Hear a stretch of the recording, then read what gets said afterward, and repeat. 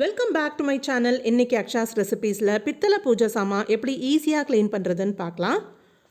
ரொம்ப ஈஸியாக அப்படியே எண்ணெய் பிசுக்கு எல்லாமே கழுண்டு மேஜிக் மாதிரி வந்துடும். உங்கள் பூஜை பாத்திரம் எல்லாமே அப்படியே பல மின்ன ஆரம்பிச்சிடும். உங்களாலேயே நம்ப முடியாது, அந்த அளவுக்கு புதுசு மாதிரி மாறிடும் உங்கள் பூஜை பாத்திரம் சாமான் எல்லாமே. ஃபஸ்ட்டு எடுத்தோன்னே ரொம்ப எண்ணெய் பிசுக்கு படிஞ்ச விளக்குல எல்லாம் ஒரு டிஷ்யூ பேப்பரோ இல்லை ஒரு ஓல்டு நியூஸ் பேப்பர் எடுத்து அந்த எண்ணெய் எல்லாத்தையுமே வைப் பண்ணி எடுத்துருங்க கையாலேயே. அது நம்மளுக்கு மற்ற இடத்துலலாம் எண்ணெய் ஸ்ப்ரெட் ஆகாமல் ஈஸியாக வேலை முடியறதுக்கு தான் இந்த ஸ்டெப்பு. இல்லாட்டி நம்ம கை ஃபுல்லாக எண்ணெய் ஆகிடும். எப்படியும் தண்ணியில் தான் கழுவ போகிறோம். அந்த கழுவுற நார், பாத்திரம் கழுவுற நார், நம்ம கை எல்லாமே பயங்கரமாக பிசுக்காயிடும். அதனால எல்லா இடத்துலையும் இந்த எண்ணெய் ஸ்ப்ரெட் ஆகாமல் இருக்கிறதுக்கு இந்த ப்ரொசீஜரை நீங்கள் பண்ணிக்கணும். நல்லா பாருங்கள், இந்த விளக்கு எவ்வளோ அழுக்காக இருக்குன்னு. க்ளீன் பண்ணதுக்கப்புறம் அந்த டிஃப்ரென்ஸை கண்டிப்பாக நீங்கள் பார்ப்பீங்க. ஒன்றுமே கிடையாதுங்க. நிறைய பணம் செலவு பண்ணி எந்த விதமான சொல்யூஷனும் வாங்க வேண்டாம். புளி தண்ணி வேண்டாம், எலுமிச்சம்பழம் தேவையில்லை, சுடு தண்ணி தேவைப்படாது, விளக்கு தேய்க்கிற பவுடர் அப்படி இப்படின்னு எதுவுமே தேவை கிடையாது. நம்ம வீட்டில் நம்ம எல்லாரும் பாத்திரம் கழுவுற சிங்கில் டெய்லி வேஸ்ட்டாக ஊற்றுற ஒரு பொருள் வச்சு தான் இன்றைக்கி க்ளீன் பண்ண போகிறோம். நம்ம எல்லார் வீட்லேயும் டெய்லி அரிசி கழுவுற தண்ணியை வீணாக சிங்கில் தாங்க ஊற்றுவோம். இனிமேல் அப்படி பண்ணாதீங்க. அந்த தண்ணியை ஒரு பாத்திரத்தில் எடுத்து வச்சுக்கோங்க. ஏன்னா இந்த அரிசி கழுவுற தண்ணியில் தான் இன்றைக்கி நம்ம பூஜை சாமான் எல்லாத்தையும் ஈஸியாக க்ளீன் பண்ண போகிறோம். ரொம்ப அழுக்கான ரொம்ப கருத்து போன பூஜை சாமான் எல்லாத்தையுமே இந்த அரிசி கழுவுன தண்ணியில் போட்டுடலாம். எல்லா விளக்குமே நல்லா முங்கி இருக்கணும் இந்த தண்ணியில். இந்த மெத்தடில் நீங்கள் பூஜை பாத்திரம் எல்லாம் தேய்ச்சிங்கன்னா எவ்வளோ பழைய விளக்காக இருந்தாலும், அழுக்கு ரொம்ப படிஞ்சிருந்தாலும், எண்ணெய் பிசுக்கு அப்புறம் அங்கங்கே கருப்பாக மாறினது எல்லாமே ஒரு செகண்டில் பலன்னு கோல்டு மாதிரி அப்படியே மாற்றிடலாம். இப்போ கடைக்கு போய் இப்போ ஜஸ்ட்டு நீங்கள் போய் புதுசாக வாங்கிட்டு வந்த மாதிரி இருக்கும்.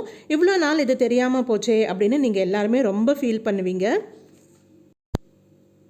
நம்ம எல்லார் வீட்லேயுமே பாத்திரம் தேய்க்கிற லிக்விடும் கம்பினாரும் கண்டிப்பாக இருக்கும். இது ரெண்டுத்தையும் வச்சு தான் நான் இன்றைக்கி எல்லா பாத்திரத்தையும் நான் க்ளீன் பண்ண போகிறேன். இந்த பித்தளை பாத்திரம் எல்லாம் தேய்க்கிறதுக்கு ஒரு கம்பினாரோ இல்லை வேறு எந்த ப்ரஷ் நீங்கள் யூஸ் பண்ணுறீங்களோ அது தனியாக புதுசாக வாங்கி தனியாக வச்சுக்கோங்க. விளக்கு தேய்க்கிறதுக்குனே தனியாக வச்சுக்கோங்க. மற்ற பாத்திரம் தேய்க்கிற ப்ரஷ் எல்லாம் இதுக்கு யூஸ் பண்ண வேண்டாம். ஏன்னா இது சாமி பாத்திரம் இல்லைங்களா, அதனால இதுக்கு தனியாக வச்சுக்கலாம்.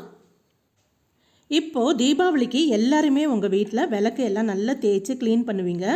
இந்த டைமில் இந்த வீடியோ போட்டால் உங்கள் எல்லாருக்குமே ரொம்ப யூஸ்ஃபுல்லாக இருக்கும்னு நினச்சி தான் இந்த வீடியோவை நான் போஸ்ட் பண்ணுறேன். எல்லா விளக்குமே நல்லா ஊறட்டும். 2-3 மணி நேரமாவது ஊறணும். இல்லைனா மினிமம் 1 ஹவராவது ஊற வைக்கணும்.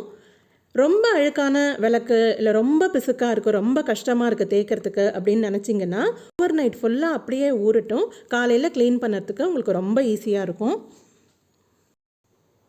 ஒரு சில பேர் என்ன நினைப்பீங்கன்னா, எங்கள் வீட்டில் நிறைய விளக்கு இருக்குது, அப்போ நான் அவ்வளோ தண்ணிக்கு நான் எங்கே போவேன், அவ்வளோ அரிசி தண்ணிக்கு நான் எங்கே போகிறது அப்படின்னு நீங்கள் நினச்சிங்கன்னா, உங்கள் வீட்டு பக்கத்தில் இருக்கிற நெய்பர்ஸ் இருக்காங்கல்ல, 2-3 பேர்கிட்ட ஒரு சின்ன பக்கெட் அவங்கக்கிட்ட கொடுத்து அவங்கக்கிட்ட கூட ரிக்வஸ்ட் பண்ணி கேட்டுக்கலாம். இன்றைக்கி மத்தியானம் நீங்கள் லஞ்ச் செய்யும் போது அரிசி கழுவுனீங்கன்னா அந்த தண்ணியை தூக்கி போட்டுறாதீங்க, இந்த பக்கெட்டில் ஊற்றி எனக்கு கொடுத்துருங்க அப்படின்னு கூட நீங்கள் ரிக்வெஸ்ட் பண்ணி உங்கள் நெய்பர்ஸ்ட்டை கேட்டுக்கலாம். இல்லை நான் நெய்பர்ஸ்ட்டெல்லாம் கேட்க மாட்டேன் அப்படின்னு நீங்கள் நினச்சிங்கன்னா உங்கள் வீட்லேயே நீங்கள் டெய்லி ஒரு 3-4 நாள் இந்த தண்ணியை சேர்த்து வச்சு ஃப்ரிட்ஜில் வச்சுக்கோங்க. ஏர்டைட் கண்டெய்னரில் வச்சு ஒரு 2-3 நாள் சேர்த்து வச்சு கூட 4ஆவது நாள் உங்கள் வீட்டில் இருக்கிற அவ்வளோ பித்தளை பாத்திரத்தையும் அதில் போடுறதுக்கு உங்களுக்கு நிறைய தண்ணி கிடைக்கும்.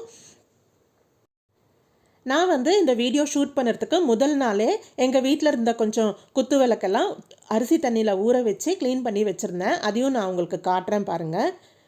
எவ்வளோ பளிச்சுன்னு அந்த எண்ணெய் பிசுக்கெல்லாம் விட்டுருக்கு பாருங்கள்.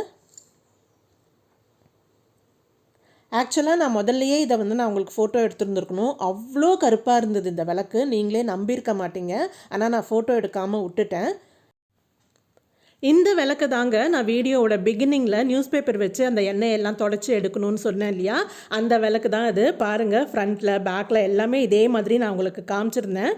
எவ்வளோ அழுக்காக இருந்த விளக்கு ரைஸ் வாட்டரை யூஸ் பண்ணதுக்கப்புறம் அரிசி தண்ணியில் கழுவுனதுக்கப்புறம் எவ்வளோ அழகாக பலன்னு கோல்டு மாதிரி மின்னுது பாருங்கள். இப்போ உங்கள் எல்லாருக்குமே அரிசி தண்ணியோட மகிமை புரியும்னு நினைக்கிறேன்.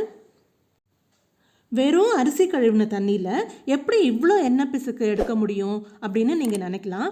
ஏன்னா நானும் ஃபஸ்ட்டு அப்படி தான் நினச்சேன். அப்புறம் இந்த மெத்தடில் ட்ரை பண்ணதுக்கப்புறம் தான் என்னாலேயே என் கண்ணை நம்ப முடியல. அவ்வளோ பளபளன்னு பளிச்சுன்னு எந்த கஷ்டமும் இல்லாமல் அப்படியே பூஜை பாத்திரம் எல்லாமே புதுசு மாதிரி மின்னுனதை பார்த்த உடனேயே எனக்கு ரொம்ப சாட்டிஸ்ஃபேக்ஷனாக இருந்தது.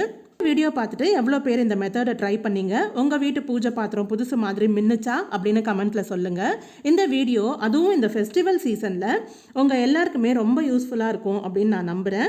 வீடியோ பிடிச்சிருந்தா லைக் பண்ணுங்கள், உங்கள் ஃபேமிலி அண்ட் ஃப்ரெண்ட்ஸ்க்கு ஷேர் பண்ணுங்கள். மறக்காமல் அக்ஷாஸ் ரெசிபீஸ்க்கு சப்ஸ்கிரைப் பண்ணுங்கள். நான் இதே மாதிரி இன்னொரு இன்ட்ரெஸ்டிங்கான வீடியோவில் மீட் பண்ணுறேன். Take care and bye.